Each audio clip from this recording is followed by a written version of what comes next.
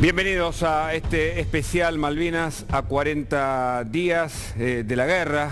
Recordamos a los veteranos, a nuestros héroes, todos los protagonistas aquí en este vivo junto a Viviana Valle. Buenas tardes, ¿Cómo Viviana? estás, Hugo? Un placer, un programa especial a 40 años de la guerra, desde ahora y hasta las 19, haciendo un repaso de todo, de lo que sucedía en aquel momento y de lo que sucede ahora. Mirá, estas primeras imágenes nos van a contar lo que pasó aquel 2 de abril y lo que sigue pasando entre nosotros.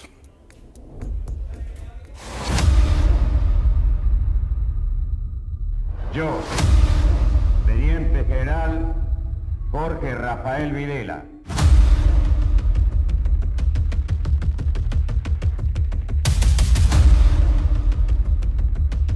Recibimos un país que se debatía en la violencia y que hoy entregamos en paz.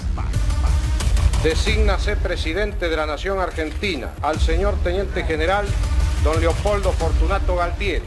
La soberanía nosotros consideramos que fue, es y será argentina. Ejército Teniente General don Leopoldo Fortunato Galtieri. Si quieren venir, que vengan, les presentaremos batalla.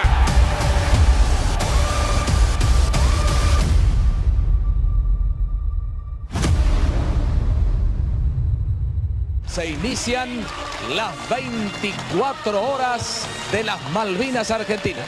Yo creo que si a toda esta gente y a todos nosotros nos piden la vida, seguro la daremos. Esta es una cita de honor. Me siento profundamente orgullosa de mi país. Es una cosa que me descoloca. Argentinos a vencer. Yo les puedo asegurar que no pasan frío porque tienen muchísimo abrigo y van a volver con algunos kilos de más porque comen mejor que en casa. Las armas de la nación han contestado hoy un nuevo acto de guerra de Gran Bretaña en el Atlántico Sur. Si hay que pelear por la Malvinas, estén seguros que vamos a pelear. El crucero Ara General Belgrano fue atacado y hundido por un submarino británico. 8:23 de la mañana se repite el ataque contra Puerto Argentino. Lo que vemos detrás de la bandera argentina es justamente lo que servía como sede de la sección aeronaval del aeropuerto. La guerra de las Malvinas que estamos librando.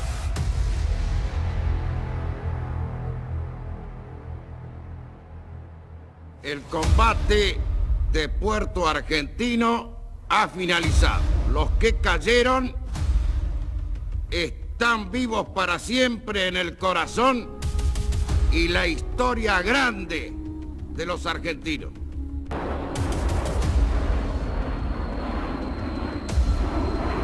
Pero la intransigencia del gobierno de Gran Bretaña ha hecho imposible esta negociación. Nosotros vamos a recuperar las Islas Malvinas. Las Malvinas serán argentinas. Las Malvinas no solamente son argentinas, sino que conforman parte de la plataforma del continente suramericano. Nadie resigna el reclamo que en este caso es constitucional. Malvinas nos unen en una causa nacional que convoca y moviliza al pueblo argentino.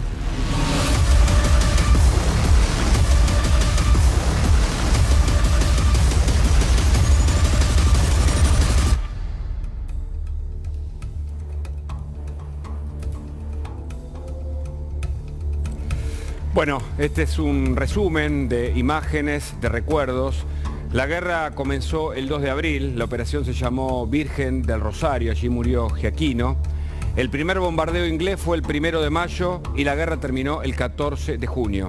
Enseguida vamos a reflexionar sobre lo que pasó por esos días, la previa, el contexto de la guerra, del comienzo de la guerra de Malvinas. En instantes, Tata Joffre con nosotros, que escribió un libro inquietante que recupera parte del escenario inicial, antes de esos días de abril, que pasaba en marzo del 82.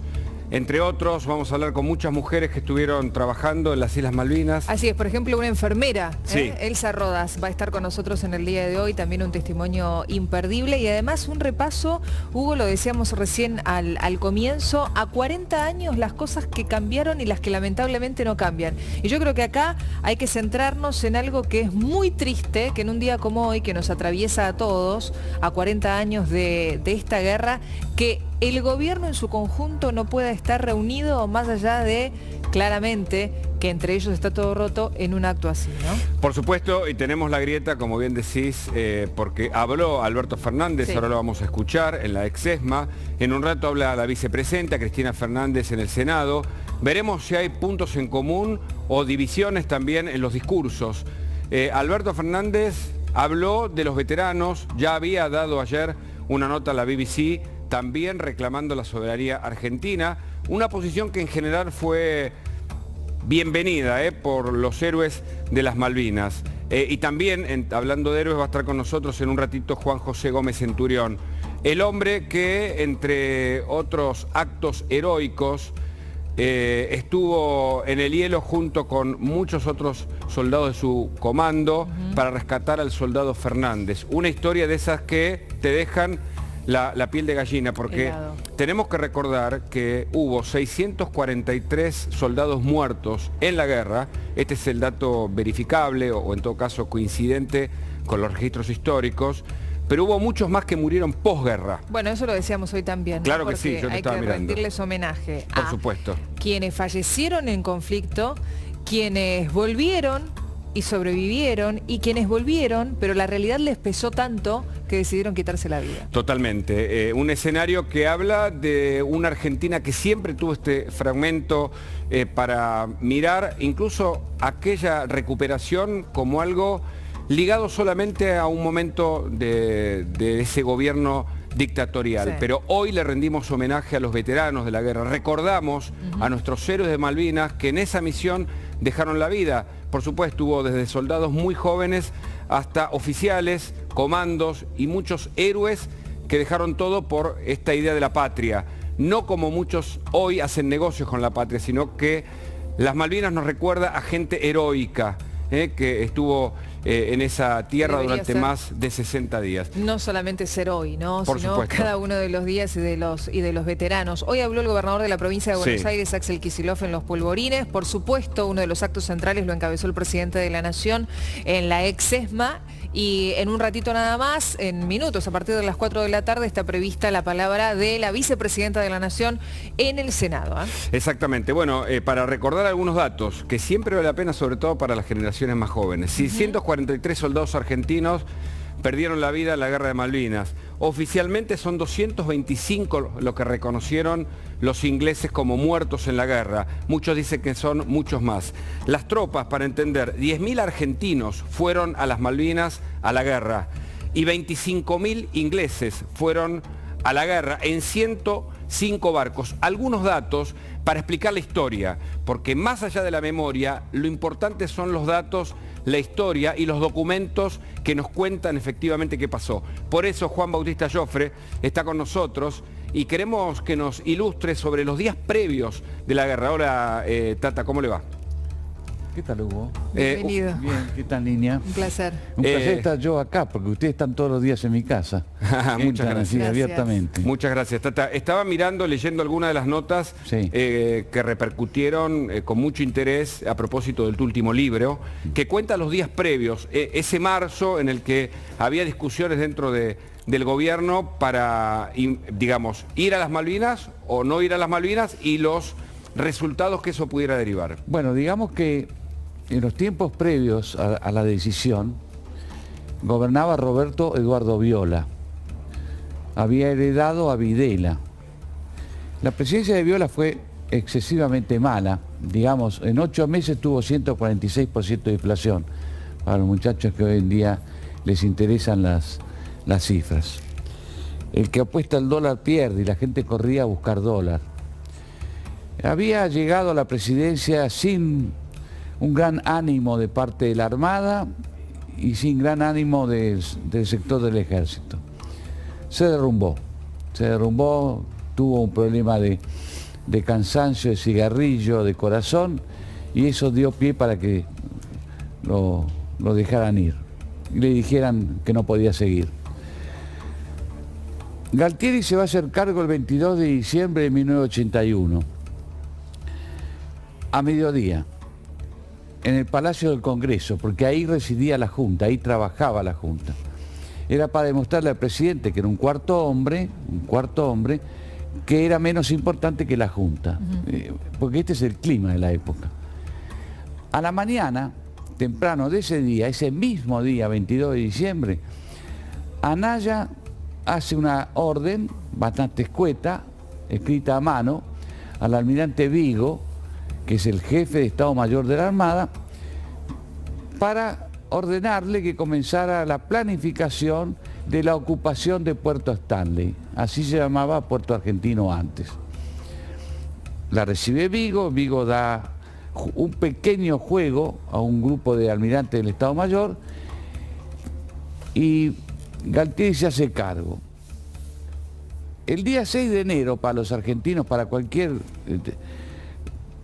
feligrés de la, 6 de enero del 82. De la religión católica, apostólica y romana, el 6 de enero es el Día de Reyes. El día 5 de enero, la Junta Militar a las 9 de la mañana se reunió en el edificio Libertador y ahí trató por primera vez ya el tema Malvinas, de dar una solución militar para el caso de que fracasara en Nueva York, unas conversaciones que iban a haber en el mes de febrero, 25 a 27 de febrero del año 82. Recordemos, presidente Ronald Reagan en Estados Unidos, presidente Ronald Margaret Reagan, Thatcher, Ronald Reagan había asumido el 20 de enero del 81, yo estaba ahí, yo vi eso. Haig era el secretario de Estado, en fin. La Kirkpatrick era la embajadora norteamericana en Naciones Unidas y la nombro porque fue durante un tiempo una amiga de Argentina. El 6 de enero ya está tomada la decisión del día anterior, pero el día anterior en uno de los pasillos del tercer piso, según me contó el brigadier Lamidoso, Galtieri le dijo: negro, tenemos un problema en Malvinas, vamos a tratarlo. Porque Lamidoso no estaba al tanto de eso. Los que estaban al tanto eran Galtieri y fundamentalmente Anaya. La condición para echarlo a Viola y que asumiera Galtieri era: vas a ser presidente, se te va a permitir ser al mismo tiempo comandante en jefe, que era lo que antes no ocurría, claro, y al mismo tiempo vas a integrar la Junta Militar, pero hay que hacer el operativo Azul. Después se va a llamar Rosario. El día de que sale la flota, que es el 28 de marzo, Seinelin le pide a Busser si no puede llamarse Virgen del Rosario. El operativo desembarco de las Malvinas el 2 de abril, ¿no? Exacto. Y entonces se comienza a avanzar. Martes 5, martes 12, martes 19, van avanzando los planes. En un momento determinado, en la segunda reunión, la Junta dice: bueno, vamos a encargarle a 3 altos oficiales de las Fuerzas Armadas que hagan un trabajo de planificación. Va a tener que ser a mano y en absoluto secreto. ¿Por qué a mano? Porque eso no llevaba a que un suboficial o un joven oficial tuviera que pasar a máquina y ya había otro testigo. Tengan en cuenta lo siguiente, muchachos: en este operativo de Malvinas, el cuarto cuerpo de ejército no estaba enterado. El tercer cuerpo de ejército en Córdoba no estaba enterado. El general Cristino Nicolai de primer cuerpo no estaba enterado. La CIDE no estaba enterado. Claro. El jefe de inteligencia del ejército, según cuenta Alexander Haig, cuando comienza a ponerse nervioso Washington, vamos a hablar alrededor del 30 de marzo, estaba en Washington. Claro. Claro.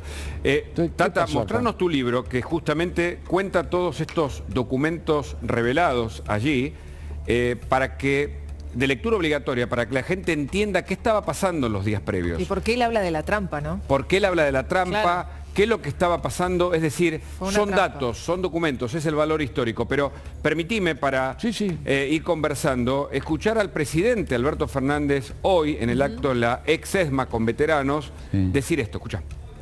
Desde aquí, con el respeto y firmeza que sienten todos los argentinos y las argentinas, como presidente de la Nación Argentina, solicito al Reino Unido de la Gran Bretaña que cumpla con la resolución 2065 de la Asamblea General de las Naciones Unidas del año 1965. Esa resolución nos impone proseguir sin demora las negociaciones sobre la disputa de soberanía. Estamos pidiendo dialogar en el marco del derecho internacional que nos asiste. Solicitamos también al Reino Unido de Gran Bretaña que abandone la injustificada y desmedida presencia militar en esas islas, que no hace más que traer tensión a una región caracterizada por ser una zona de paz y de cooperación internacional. Bueno, esto decía hoy el presidente Alberto Fernández. Tenemos más invitados. Juan Bautista Tata Joffre nos va a contar detalles reveladores de su último libro, documentales sobre el contexto de los días previos, pero además ¿por qué fue una trampa? Que de hecho su libro se titula así, ¿no? La trampa, él dice, fue una trampa. Fue una trampa porque yo te vendo a vos una epopeya. Claro. Y en realidad lo que estoy tratando de mantenerme para que no me echen de la silla. Lavar mi imagen deteriorada por donde se la mire. No lo digo yo, lo decía Galtieri. Por eso. Se lo dijo a Hey, están los papeles. Ahora vamos a hablar de eso, Tata. Pero permítame presentar también a Roberto Picardi, veterano que está con nosotros. Roberto, bienvenido. Muchas gracias por la invitación. Gracias por venir. Bueno, imagino que hoy habrá escuchado las palabras del presidente de la Nación. La verdad que no mucho, porque ha sido un día de ayer a hoy han sido dos días muy intensos, muy movidos de emociones. Bueno, el presidente habló un poco también lo que puso en su cuenta de Twitter de lo que significan las Malvinas, que las Malvinas fueron, son y serán siempre argentinas, habló de la presencia militar en su momento, pero nosotros también hoy hicimos mucha mención a que quizá nos hubiera gustado al pueblo argentino ver al gobierno en su conjunto en un solo acto y no divididos en dos actos, ¿no? Evidentemente, ¿a usted esto le interesa o digamos? Evidentemente, quizás muchos también teníamos la expectativa de un gran acto al conmemorarse una fecha semejante, donde todos los veteranos estén convocados. Lo estuvimos, pero en nuestras localidades, en nuestros pueblos, para decirlo de alguna manera. Quizás lo que... Creo que la gente se hubiera sentido muy a favor de eso, de poder generar y brindar ese cariño que demostró en el 82 con este paso del tiempo y en un gran encuentro con los veteranos de guerra. Roberto, ¿y usted nos trae algún material allí? Porque claro, por un lado, esto de no haber sido convocado de manera masiva, hubo veteranos en el acto con el presidente, pero usted no estuvo convocado, por ejemplo, allí.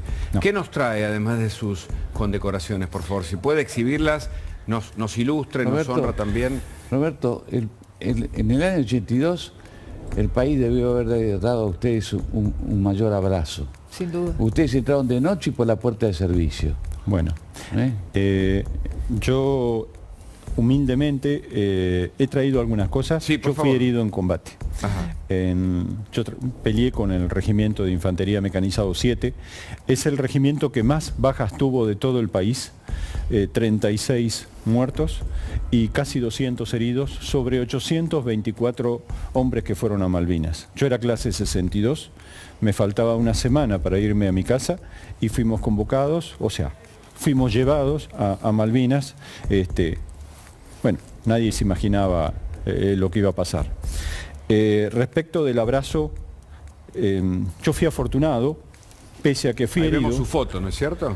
Sí, sí. ¿Qué le pasa que sonríe cuando ve su foto? Porque llama la atención, parece tan lejano. Claro. O sea, para nosotros es re cercano Malvinas. Claro. Pero para yo todos a la gente, es lejano. ¿no? Le digo a la gente, no sé, pero acá hay en el estudio hay una conmoción, una sensación que nos emociona, que nos embarga, que de algún modo nos envuelve, porque vemos a alguien que estuvo en el lugar, como dice usted, que fue herido, que es un héroe efectivamente de la guerra, y que nos trae además de sus medallas algunos documentos, por lo que estamos viendo. Yo fui herido y en unos instantes antes había tomado, cuando nos mandan a la posición, porque nos teníamos que hacer fuerte en ese lugar, en Weiler Reich, tomé algunas cosas.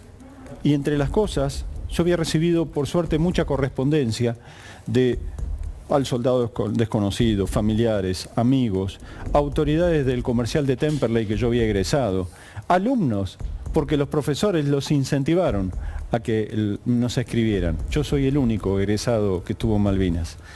Y ese abrazo de la gente, nosotros lo tenemos en las cartas. Lo percibimos y yo pasó mucho tiempo que estaban guardadas y no las tocaba, ni las leía, ni nada.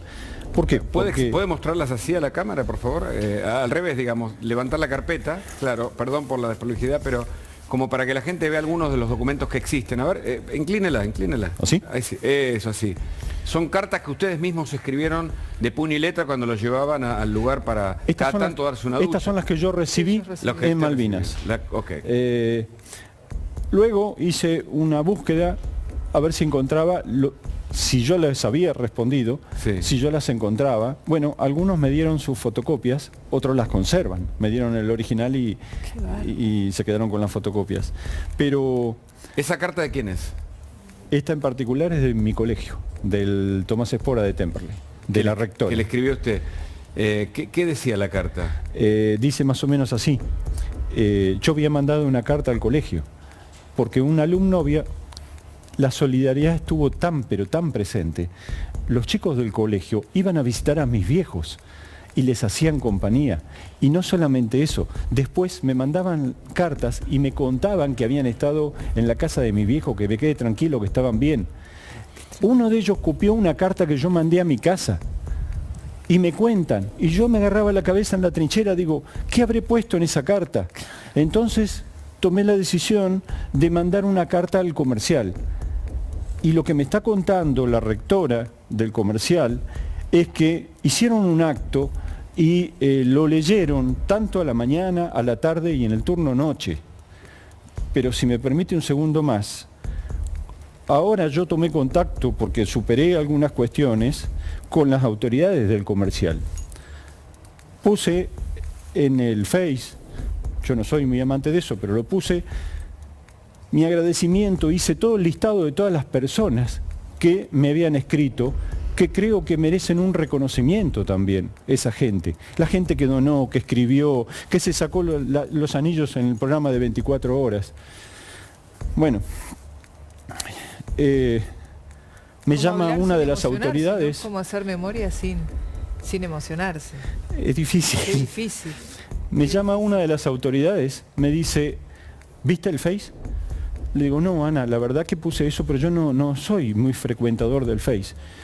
Por favor, andá y míralo. Bueno, llegué a mi casa, lo abrí.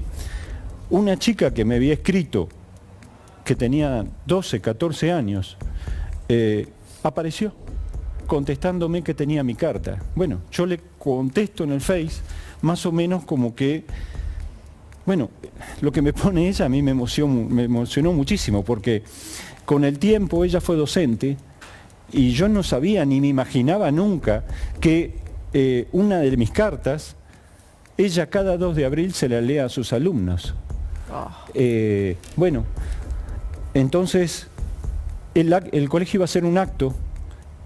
Esta chica no está en Buenos Aires, o esta señora, o esta profesora, porque no la conozco, claro. No está en Buenos Aires. Pero tomaron contacto y justo estaba visitando unos familiares. Entonces... bueno, el colegio decidió adelantar el acto y ahora el lunes nos vamos a encontrar. Así que creo que merecen el reconocimiento, como ellas, tantos y tantos más que escribieron, hicieron tanto por nosotros. Roberto, ¿cómo fue su vida al regreso? Porque hoy decíamos al comienzo que queremos honrar y homenajear a los que lamentablemente perdieron la vida, a los que volvieron como su caso y siguieron con su vida, y a los que volvieron y les pesó tanto la realidad que decidieron quitarse la vida. En su caso, ¿cómo fue el volver? Fue difícil porque yo estuve herido, entonces pasé en la pierna por esquirlas de bomba de artillería enemiga, en Hueles Raya. En uno de los enfrentamientos. El combate más grave que se recuerda de Malvinas es London. Sí. Bueno, London y Tumbledon. Sí. El 25 no se quedó atrás. Sí. Pero nosotros debutamos... Expliquémosle a la gente en qué consistió el combate también, para darle algunos datos. Toda la noche, durante todo el día... nosotros ocupamos una posición de defensa que es como una especie de media luna en las proximidades de Puerto Argentino. Eso consistió en tomar las alturas que estaban cercanas, Dos Hermanas, Tumbledon, London, Wales Ridge, una especie de escudo de defensa a unos kilómetros de la ciudad de Puerto Argentino. Era lo que se quería evitar que ocuparan finalmente los ingleses, que fue lo que terminó. Estábamos ahí. Rotos ese círculo, bajaron a Puerto Argentino. Traspasado ese lugar. Sí, lo traspasaron porque ocuparon, llegaron y ahí fue donde fue. A medida que se empieza el combate y se pone la cosa más complicada a partir del 1 de mayo y ellos desembarcan en San Carlos mediados de mayo más o menos, inician la caminata y ahí generan una serie de enfrentamientos en Ganso Verde y distintos lugares más. La noche del 11 de junio se inicia el enfrentamiento, pero los días previos nosotros soportamos un intenso bombardeo, tanto naval como de artillería de tierra, porque los cañones ingleses tenían más alcance que los nuestros. El 11 de junio, un Gurkha pisa una mina y se desata el combate en Monte London. Se combate prácticamente como si fuera la Segunda Guerra Mundial, cuerpo a cuerpo, en Monte London. Para el amanecer del 12 de junio, 9, 10 de la mañana, lamentablemente Monte London había caído. Los ingleses, con todo su armamento, más el que tomaron de nuestro lugar, regiraron todo y comenzaron a hostigar la posición que era Wales Ridge. Y ahí ustedes donde estábamos nosotros. Hay una primera salva de cañonazos, hieren a un par de compañeros míos. Mi teniente nos pide que vayamos a las carpas. La posición está en un lugar de las carpas en otro, para tomar lo que necesitemos, porque íbamos a tener que hacernos fuertes en ese lugar. Había algunas balas más y en ese instante tomé las cartas que yo había recibido y las guardé.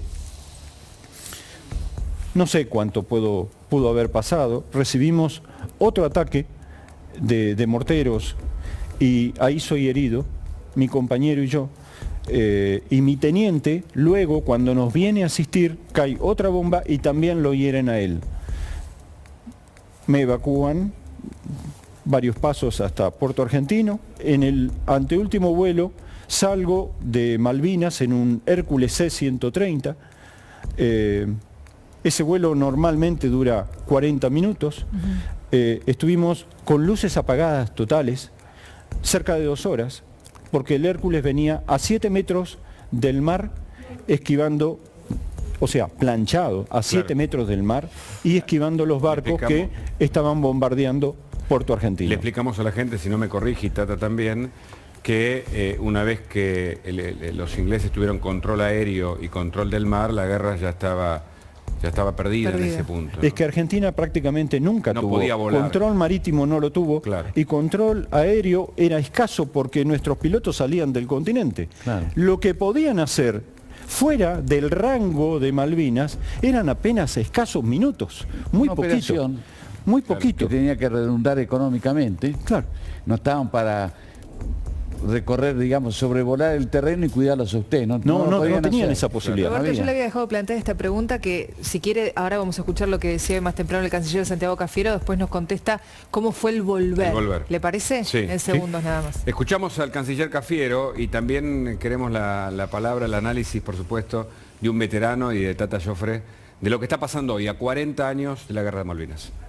La relación nunca va a ser plena porque tenemos este conflicto que tenemos que terminar de resolver, con lo cual la relación siempre va a tener un vuelo bajo de alguna manera porque nunca se va a poder completar, nunca va a ser una relación plena, independientemente de que compartimos foros, compartimos organismos multilaterales, compartimos algunos valores incluso con la democracia por la defensa de los derechos humanos, por las libertades, pero hasta que no se resuelva este conflicto de soberanía que tenemos abierto desde hace tantos años y que todavía la comunidad internacional sigue insistiendo de que el Reino Unido y Argentina se deben encontrar en una mesa de negociación, una reunión y negociación bilateral para avanzar con ese mecanismo que es un mecanismo que, como ustedes lo habrán visto en el video, hay una línea histórica ahí que marca los diferentes hitos. En el año 1965, la Asamblea General de Naciones Unidas determinó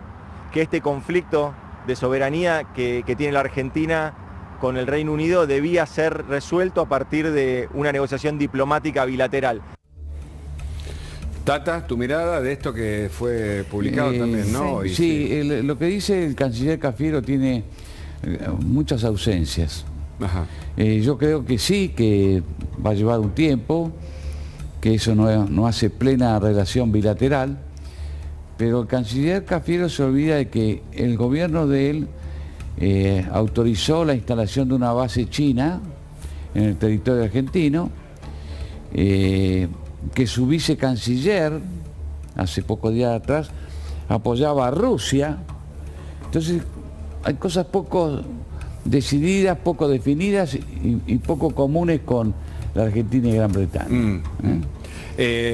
Un detalle que tal vez sea menor, pero que ilustra esta mirada sin tal vez toda la información, es que a esta altura no se le dice excombatientes, se habla de veteranos de guerra. Y el canciller una y otra vez insistió con una palabra que entiendo, ¿no, Roberto? Creo que no nos representa cabalmente. Excombatientes es el que dejó de combatir. Claro. Y creo que nosotros defendimos a nuestro país y claramente que el término se usa es veterano de guerra. Veterano. Y cuando usted escucha a un canciller que es el ministro de Relaciones Exteriores, el mayor representante argentino, hablar con este error, que, insisto, la lengua es la primera herramienta que adquirimos, pero también es muy significativa cuando uno la dice desde un lugar institucional.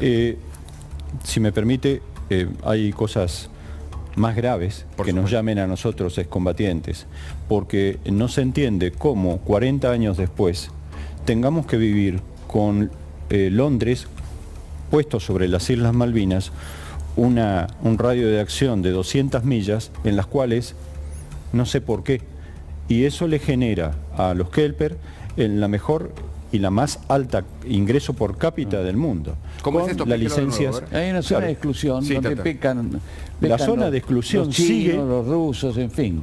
Claro. Que con lo que ganan, ellos tienen una entrada a ellos anual los favoreció. muy importante.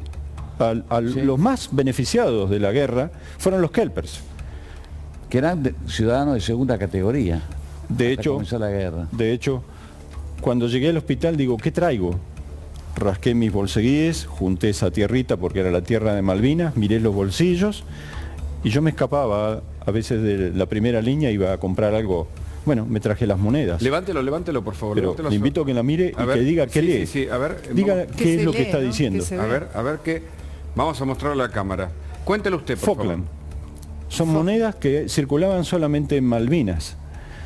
Entonces, hoy día siguen la zona de exclusión de 200 millas, que fue las mismas 200 millas que establecieron en el año 82 y que los ingleses no cumplieron, particularmente Margaret Thatcher, que debía haber sido juzgada como criminal de guerra por haber atacado al Belgrano fuera de la zona que ellos mismos...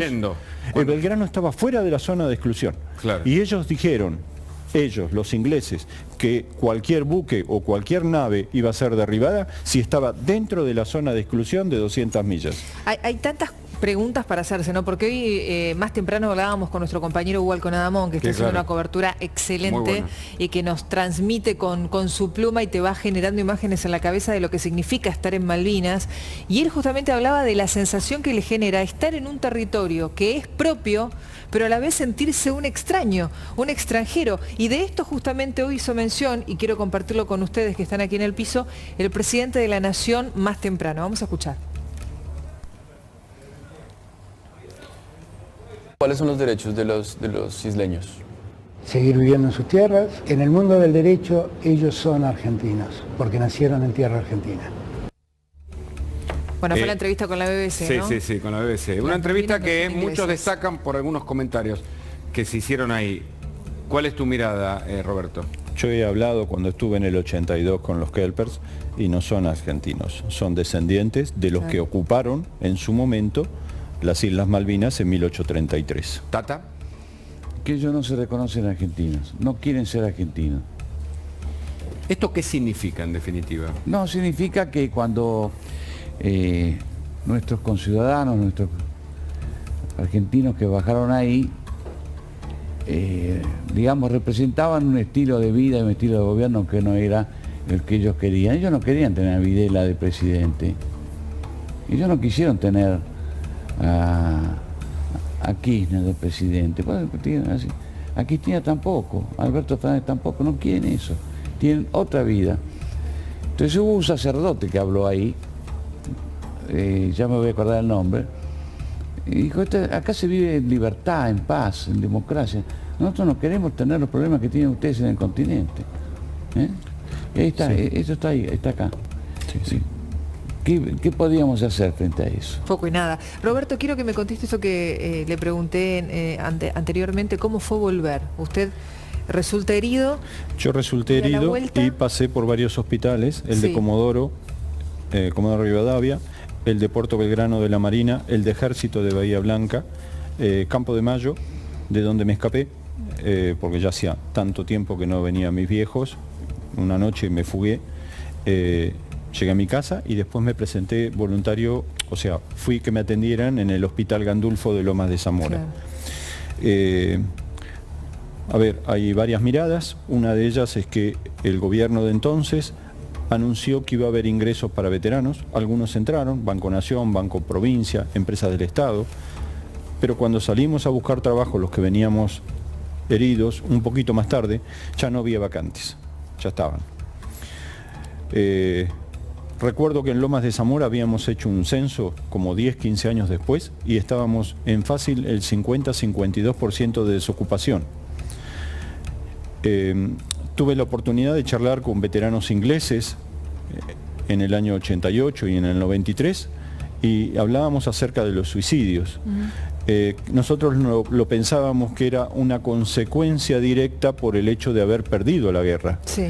Y lamentablemente ellos, a pesar de tener una avanzada legislación que atiende a los veteranos de guerra, tenían una situación similar en cuanto a la cantidad de suicidios. Entonces era por lo vivido, no por haber perdido o ganado la guerra, claramente. Reitero que se vivió una situación de combate casi equivalente a la Segunda Guerra Mundial de cuerpo a cuerpo. Quiero hablar de la desmalvinización, de ese concepto que se instaló cuando ustedes volvieron de la guerra.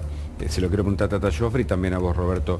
Ayer hablé con otro veterano que me decía, nos metieron en un galpón y nos dijeron, y le pregunté quién, que no hablaran de la guerra, que trataran de no contar que habían tenido frío, que tenían hambre, que estuvieron casi 60 días sin bañarse, que se murieron de frío algunos, que otros les cortaron los pies porque estaban congelados. Tanto le pidieron que recién a 40 años hay muchos que pueden poner en palabras lo que les pasó. Totalmente. ¿Fue así en su caso, Roberto?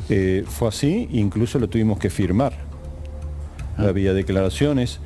En el caso mío tuve declaraciones o interrogatorios de inteligencia y contrainteligencia, suponiendo que uno alegremente viene la bomba y va a poner la pierna para que explote y ligar un bombazo y poder salir de Malvinas. ¿Qué edad tenía usted, Roberto, en ese momento? 19. 19 años. O sea, 19 años. Lo digo a propósito de pensar de recibir una orden después de haber vivido la guerra que lo atemoriza para que usted no cuente nada. Fue más o menos así. Y claro, porque todo el paso por los hospitales... ¿Cómo, perdón? Los encerraron. Yo conozco muchos que fueron a Campo de Mayo y no podían salir, no podían hablar. Y yo por eso me escapé. Ya te entendí, por eso me di cuenta. Y entonces o sea, fue un plan, el plan de desmalvinización fue como otra... Sí, pero la desmalvinización es mucho más que eso. A ver. Es bajarle el ánimo al argentino de que no siga reclamando por Malvinas, incluso hasta no reconocer al veterano. Yo hago una diferencia muy clara. Honor y gloria a los que estuvieron en el territorio, en las islas. Sí. La construcción política no, ni me hablen porque la conocí, la vi. Pero hoy en día desmalvinizar es, olvídense muchachos, no vamos a ir más ahí. Y las Malvinas son importantes para la Argentina. Y a pesar de que usted había firmado no hablar y no contar... Pasaban por los hospitales, te preguntaban una y otra vez, se sentaban en tu cama, te explicaban que te tenían que hacer una especie de encuesta y en realidad era un aprete de inteligencia y vos tenías que relatar siempre la situación en cómo te habían herido, cómo había sido toda esa cuestión. Y o sea, le después, hacían un simulacro para que contara una historia que no era la historia... No, había que agarrar y ellos suponían que uno se podía haber autoinfringido una herida y entonces cambiaba el cariz de la herida y las consecuencias, digamos, o herido en combate o haberse autoinfringido para tratar de salir y no vivir el infierno que vivimos. Claro. Así. Pero después, cuando fue pasando el tiempo, lo que se nos decía, muy sutilmente, muchachos, vienen de una guerra, nadie va a una guerra a engordar, en la guerra se pasa hambre, se pasa frío, en fin, era lo que se nos decía y que tratemos de ser hombres y no contar eso afuera. Eso se nos dijo, pero creo que el 99% de los veteranos van a coincidir en eso. ¿Tata, hubo un plan sistemático para llevar adelante la desmalvinización posguerra? No, digamos, hay un ánimo que fue llevado en su momento, pero no digo un plan sistemático, no digo que las Fuerzas Armadas de la Nación tengan un plan para que la gente olvide las Malvinas, no, eso no existe. Me refiero a esos pero años. Siempre hay gente que estaba en brutal desacuerdo con el gobierno y que no quiere o no quería que el próximo gobierno argentino pudiera levantar esas banderas o reclamarlas. Ahora, Tata, qué poco timing el gobierno de ese momento, porque según como se titula su libro, también ellos querían ir a la guerra para lavar su imagen, ¿no? Que estaba en franca decadencia, y le salió todo completamente al revés. Mostrarlo el libro. No, absolutamente. O sea, más, tenía la frase de Anaya a su compañero de promoción 75, el almirante Luis Sánchez Moreno, es: el proceso se ha deteriorado mucho y tenemos que buscar un elemento que aglutine a la sociedad. Ese elemento es Malvinas. Bueno, esto era Anaya. En el caso de Lacoste, vos recordarás porque tenía 19 años, pero se venía al Mundial 78, lo viviste. Esto se arregla muy fácil, invadiendo las Malvinas. Conversaciones privadas, ¿no? Claro. Y la idea también equivocada ahí, en vez de hablar de recuperación, se hablaba de invasión. No, el grave error era primero pensar que Gran Bretaña no iba a contestar militarmente. Claro. Acá ya es información diplomática, no es militar. Y después que Estados Unidos sea socio nuestro. Pero ¿cómo? Si somos socios, ¿en dónde? En América Central, por ejemplo. En la colaboración que podemos prestar en otros frentes. Y esos días en los que leía sobre tu libro justamente, en los que Thatcher intenta convencer a Reagan para que convenza al gobierno argentino a no ir a las islas, fueron días inquietantes, calculo. Sí, eso va a ser el día 30 de marzo, donde Thatcher le dice a Ronald Reagan que trate de convencer a Galtieri de que no haga una ocupación militar. El día 1 de abril, Galtieri va a llamar, Reagan va a llamar a Galtieri y Galtieri no lo atiende. Lo va a atender un tiempo más tarde, tipo 10 de la noche. ¿Por qué? Porque en esa hora, a 10 de la noche, ya había roto la comunicación entre la flota de ocupación y la Casa Rosada. O sea, ya esa flota estaba alargada y no se podía volver había vuelta atrás. Claro. Entonces es cuando habla Galtieri con Ronald Reagan, y Ronald Reagan se lo dice. No vayan a un enfrentamiento militar, porque la opinión pública norteamericana me va a llevar a mí del lado británico. Margaret Thatcher es mi amiga y el Reino Unido es un socio histórico de Estados Unidos. Así de simple. Por un lado lo político, lo geopolítico, ¿no hubo? Y por el otro, la historia de una persona que lo vivió en primera persona. Tu caso, Roberto, nos decís, nos prometieron algo, llegué, no había trabajo para algunos de nosotros ya porque las vacantes estaban... No, fue difícil. ¿Y ahí cómo te reinsertaste en el ámbito? Roberto, ¿qué día vas vos a la isla? ¿Qué día entras? Salí el martes 13. Pero llegué efectivamente el 15 de abril a las 3 de la tarde. Menéndez va a asumir como gobernador el 7 de abril. Claro, unos días antes. Sí, y junto con él va toda la comitiva de políticos y gremialistas. Decirlo, porque eso es muy importante. A ver. Y acá fue Saúl Ubaldini, que 2 días antes, de Calismo, Carlos Contín. Perdón, 2 días antes le había hecho la marcha de paz, pan y trabajo, por la cual yo había estado, y mis compañeros, acuartelados en los regimientos, porque mi explicación de que me escapé del hospital, porque ya veníamos acuartelados, producto de esa marcha que había convocado Saúl Ubaldini. Yo estuve ahí. lo acompaña para poner en funciones a Menéndez una gran comitiva.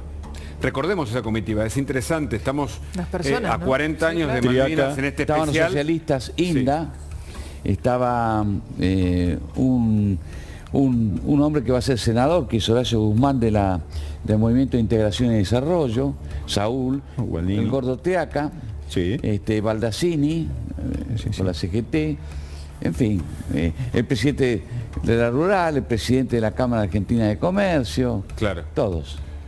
No fueron, por expreso pedido de la Cancillería, el expresidente Ilia y los anteriores expresidentes Frondizi y Onganía y... Una revista de la época, de las más habituales, no quiero dar nombres. Si puedes darlo. Semanario, Gente, alguna de esas, o 7 días, alguna revista de la época, lo retrató muy bien porque estaban en los negocios que había en Puerto Argentino, de paso comprando algún souvenir. Claro. Están ellos sacándose fotos, comprando souvenir. Claro. Entraron a las tiendas.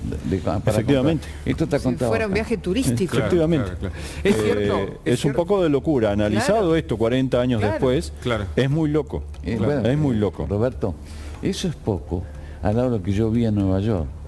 Porque Costa Media estaba seguido por 3 altos oficiales de las Fuerzas Armadas. Mientras estaban ahí, compraba containers de televisores, ropa y... Yo lo vi yo, porque un día se abrió una puerta y estaban todos haciendo eso. Esa es la contracara, ¿no? La contracara de la guerra. La contracara, sí. Y es cierto que a muchos de ustedes que después de la rendición les pidieron ir a custodiar la casa del gobernador en ese momento. No es mi caso, no puedo decirlo, porque yo salí 2 días antes, yo no llegué a estar herido, perdón, a estar rendido. Yo nunca me rendí. Y es una gran diferencia. Claro. Pero hay compañeros míos que incluso han participado en lo que es la búsqueda de minas, porque se dio en 2 tandas.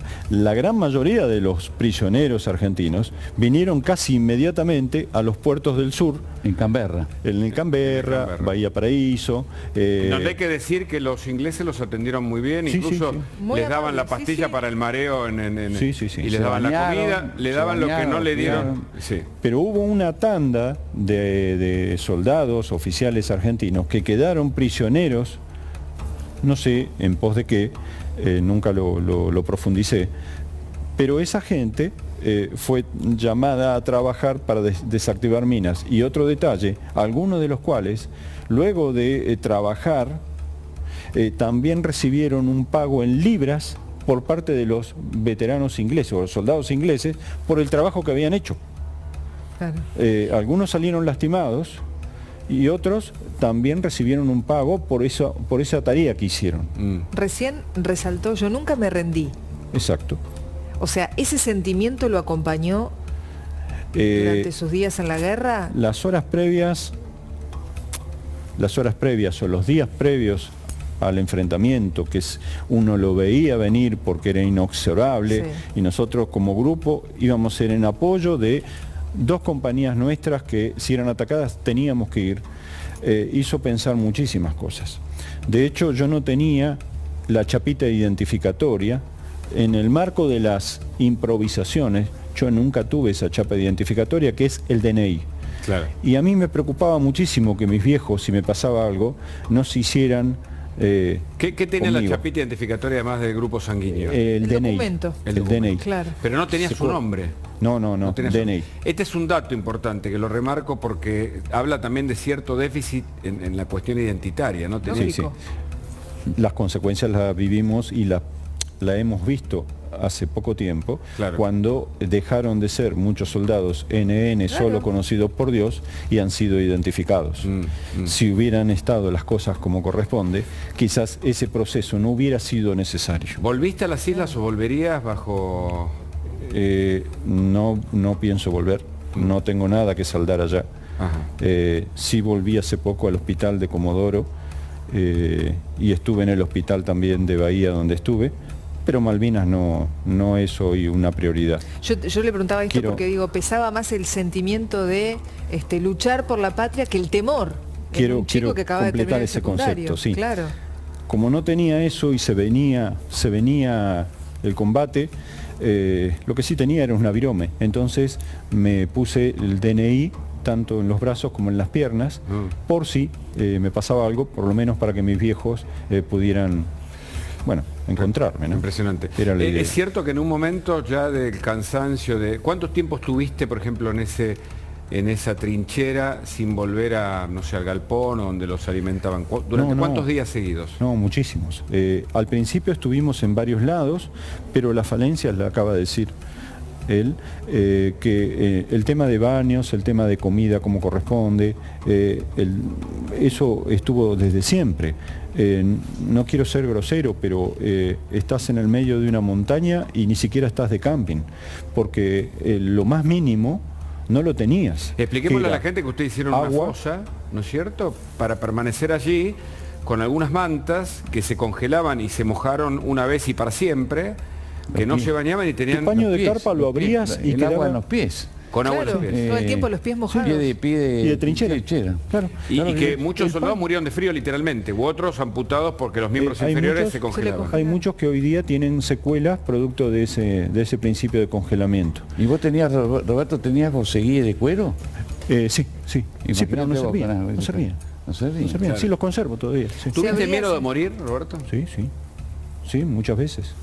¿De morir de frío? Porque muchos dicen, si no perdían la guerra y no los mataban en la guerra, iban a morir por el frío, porque cada vez era peor. Yo lo que pensaba era directamente en el enfrentamiento. Por eso es que hice lo que hice con los zumbidos de las balas, de los proyectiles. Con el tiempo te vas acostumbrando. Parece raro, pero es como que tomás el oído y empezás a entender si va a caer cerca o lejos. Y entonces, bueno, es muy loco, pero podés seguir haciendo lo que estabas porque decís, no, esa no caen por acá. ¿Y cómo se vuelve a dormir? Porque todas las noches nos bombardeaban. Por eso digo, y una vez ya acá en casa y en su cama, ¿cómo se vuelve a dormir tranquilo con esos sonidos en la cabeza? No es fácil, no es fácil. Yo tuve mucha suerte, tuve mucha contención de familiares, amigos, y eso ayudó muchísimo. Pero no es fácil porque tampoco tuvimos contención psicológica o profesional cuando volvimos. Te lo explico de esta manera. Formación en el regimiento. Tenían todos los DNI en la mano. El que tiene algún problema que dé el paso al frente. El que no, que se quede, ahora le entregamos los documentos. ¿Qué haces?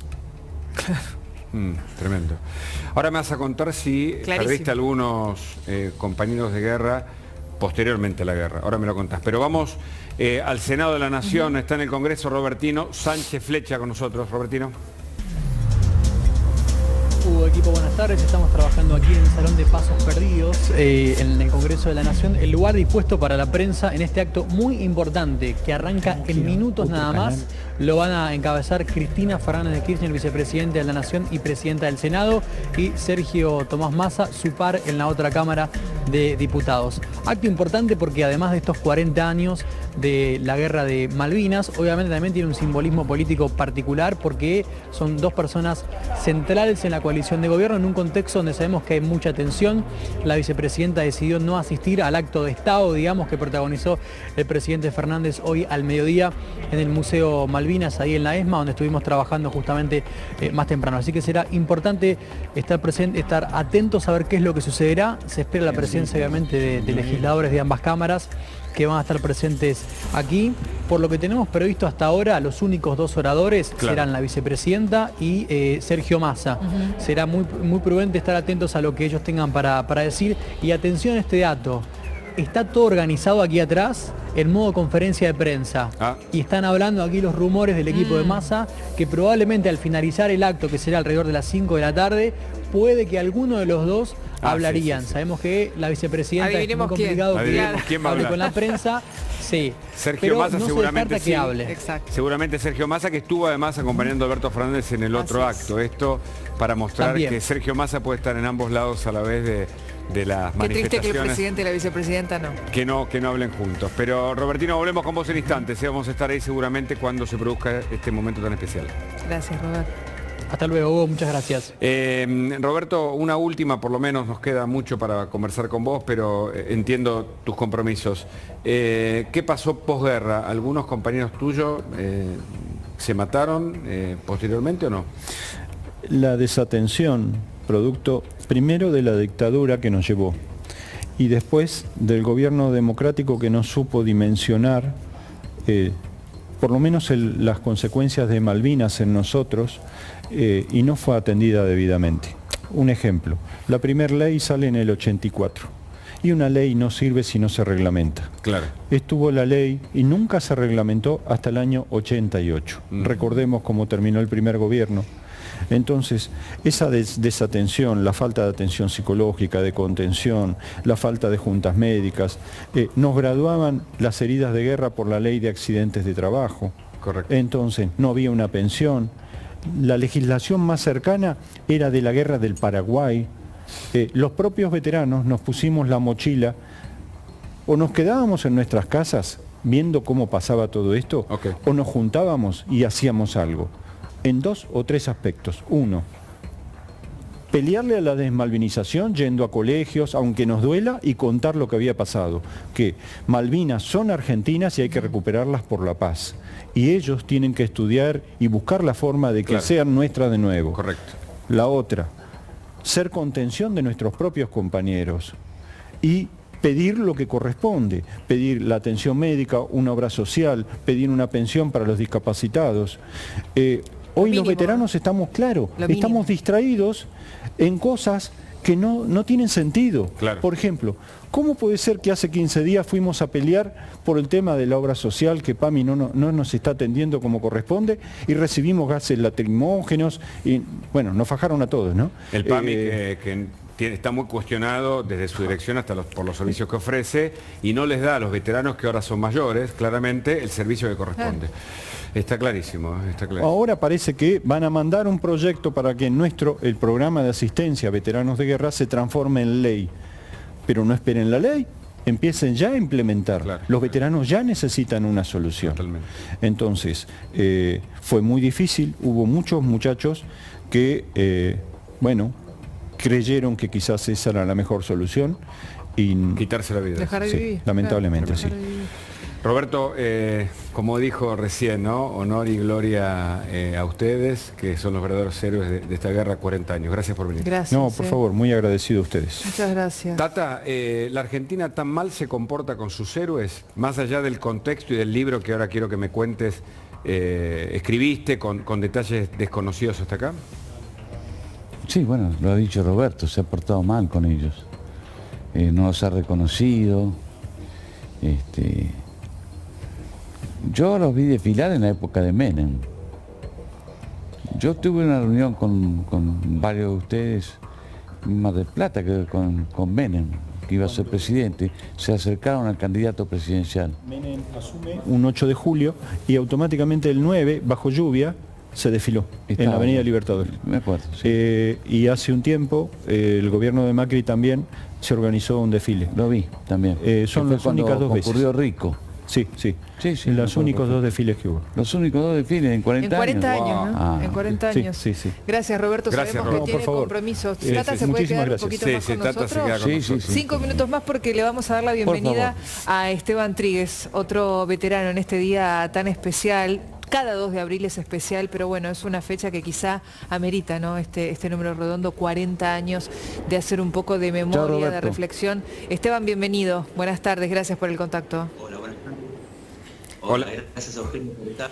Un abrazo grande a Roberto, hermano, que tengas queda en paz, y al Tata, por seguir investigando las Malvinas y la causa. Roberto se está yendo, pero hace un gesto que te escucha y te saluda, y acá está Tata también. ¿Cómo vivís este día? Nosotros, desde la situación que tenemos, Educación y Valores, estamos construyendo desde hoy.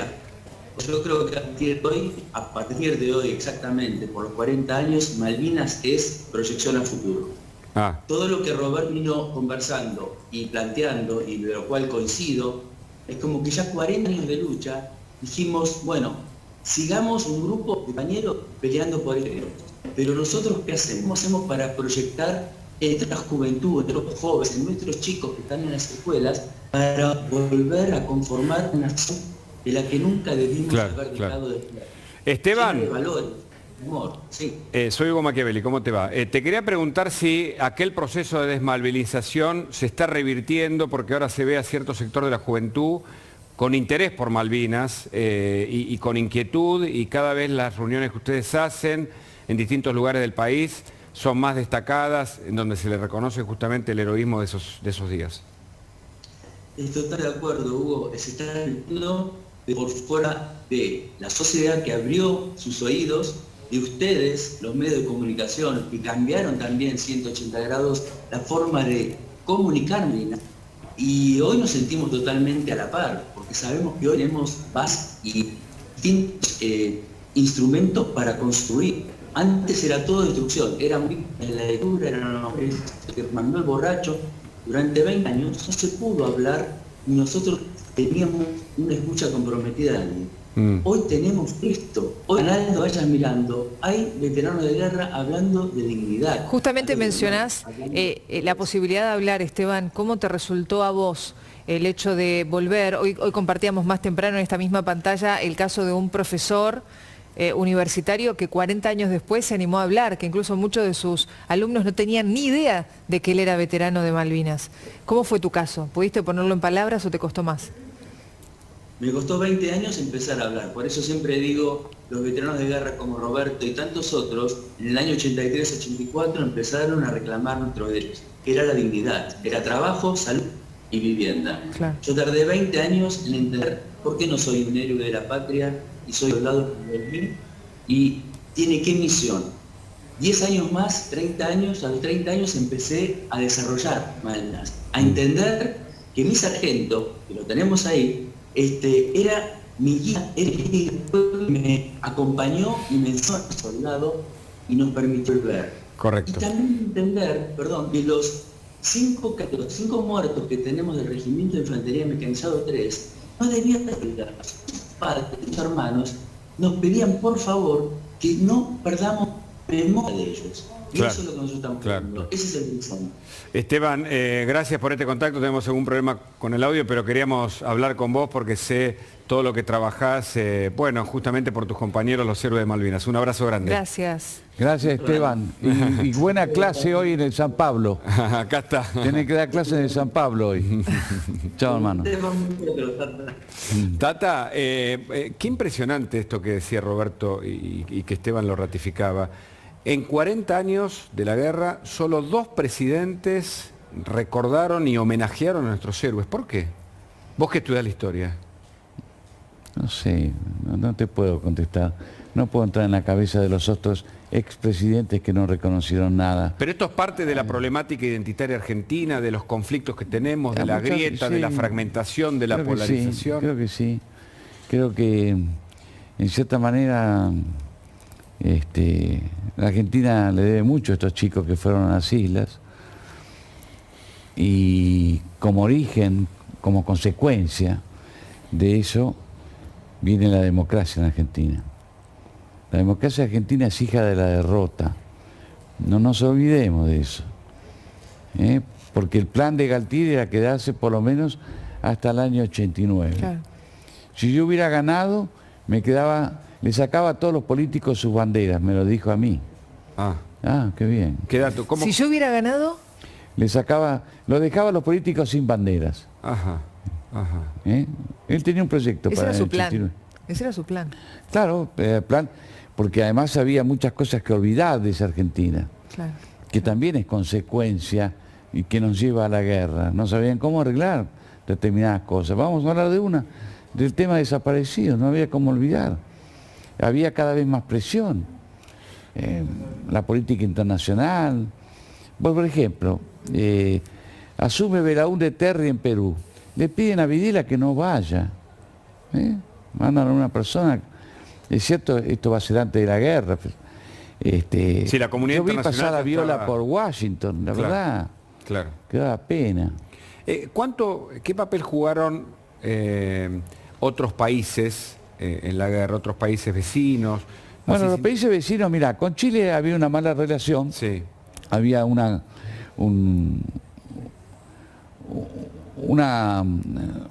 había una mediación del Papa, que Argentina no respondía, que se la va a pedir Juan Pablo II nuevamente, se la va a recordar a Galtieri el día 13 de junio. O sea, el problema con Chile, casi vamos a la guerra en el 78. Sí, claro. Con Brasil habíamos terminado la disputa por las represas, lo que se llamaba recursos naturales compartidos, con Bolivia habíamos intervenido. Claro. Interrumpimos el proceso de salida democrática. Con Paraguay siempre fue un país que estuvo más inclinado hacia Brasil que hacia la Argentina. ¿Por qué? No olvidemos la guerra de la Triple Alianza, ¿no? De paso. Sí, pero la guerra de la Triple Alianza, Brasil hizo más daño a Paraguay que a Argentina, ¿eh? Sí. Pero bueno, había una...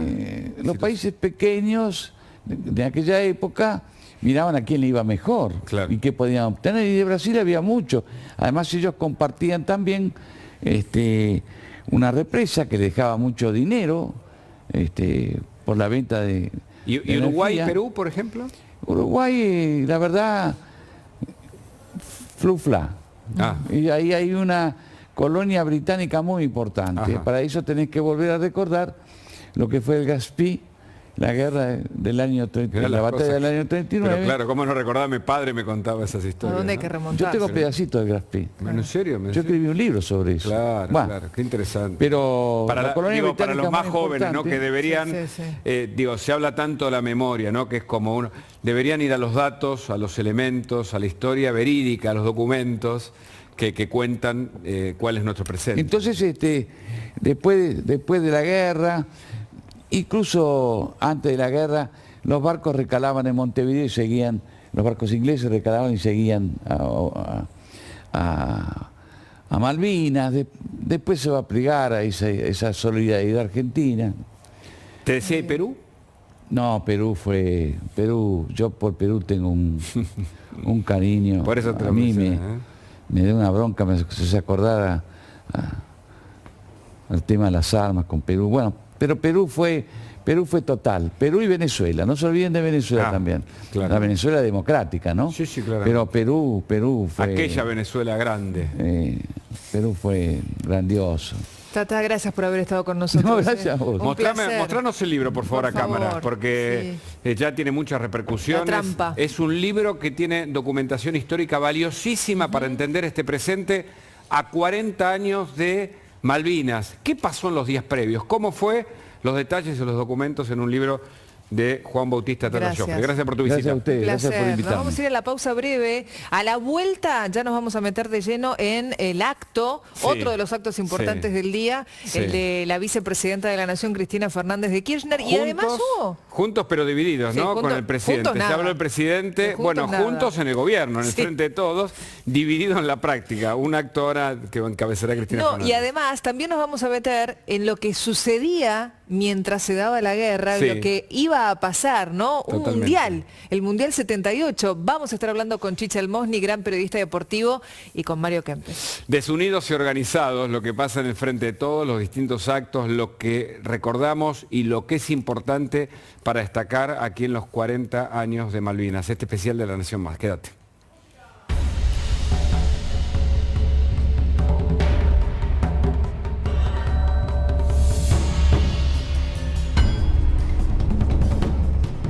Super fin de semana Coto.